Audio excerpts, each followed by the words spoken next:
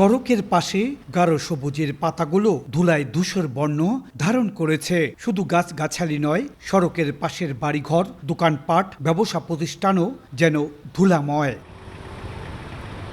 শুকনা মৌসুম এলেই সড়কের পাশের ব্যবসায়ীদের ধুলাবালুর ভোগান্তি পোহাতে হয়। মাস্ক লাগিয়েও রক্ষা পাচ্ছেন না তারা। আমাদের ধুলাবালির জন্য চলা অসম্ভব হয়ে গেছে। পানি মারে না তারা, আমরা শুনি এখানে ডেইলি 3বার 4বার পানি মারার কথা। রাস্তাটা তাড়াতাড়ি কাজ শুরু হয়ে যায়, তাহলে আমাদের অনেক ভালো হবে এবং প্রত্যাশী যারা রয়েছেন তাদের অনেক ভালো হবে। ধুলাবালুর কারণেই শ্বাসকষ্ট সহ নানা সমস্যা নিয়ে শিশু, নারী, পুরুষ সিলেটের ওসমানী মেডিকেল কলেজ হাসপাতালে চিকিৎসা নিতে ভিড় করছেন। ধুলাবালু প্রবণ এলাকা এড়িয়ে চলার পাশাপাশি মাস্ক ব্যবহারের পরামর্শ চিকিৎসকদের। ধুলাবালুতে যাদের অ্যালার্জি আছে তাদেরকে যদি তারা মাস্ক ব্যবহার করেন তাহলে কিন্তু তারা সুস্থ থাকবেন, এবং যে একটু শীত বা কতটুকু ঠান্ডা লাগবে এই বিষয়ে যে কাপড় ঠিকমতো কাপড় পরিধান করে। সিলেট ঢাকা মহাসড়ক সহ বিভিন্ন সড়ক মহাসড়কের নির্মাণ কাজ ও খানাখন্দের কারণে এমন দশা সিলেটবাসীর।